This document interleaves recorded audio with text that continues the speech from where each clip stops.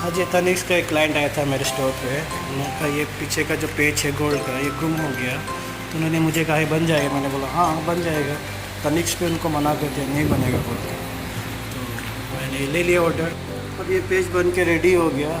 मैंने कस्टमर को बोल दिया कि आपका आइटम रेडी है।